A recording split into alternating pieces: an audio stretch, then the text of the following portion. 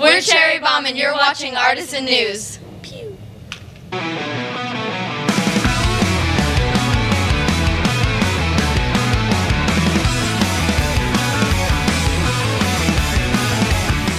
Cherri Bomb is one of the bands on the Warped Tour that is surprising fans, but most notably fans of their own age.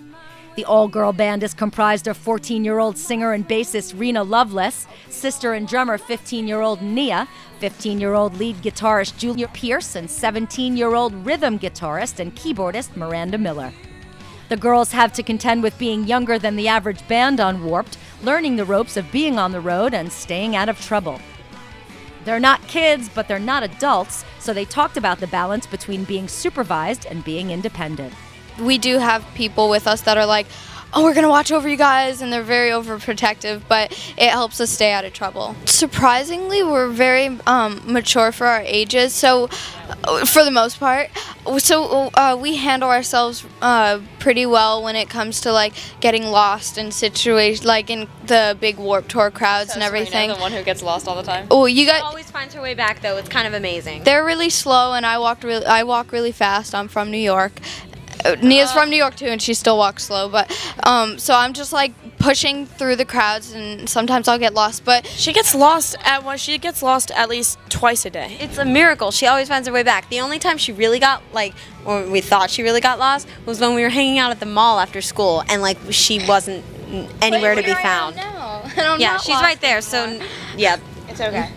Cherri Bomb released their debut This Is the End of Control on Hollywood Records just before the tour, and they said that the response has been amazing. The crowds have been like really amazing. A lot of the crowds are actually our age, so it's really inspiring to see them like singing along to the songs, just having a good time, because sometimes they'll come up after the show to our merch tent and be like, you guys are the same age as me, you make me want to play again, you make me want to play guitar, drums, whatever. So it's really inspiring, and we've been getting great responses. One thing that's really cool is that we'll have people come up to our tent and they'll be like, I've never heard of you guys before, but I just saw you and now I want to buy your CD. And like something like that's the reason why we're here, is to just get our name out there. Girls Who Rock certainly got the attention of many teenage boys, and Cherri Bomb talk about their boyfriend status and being able to maintain relationships while on the road.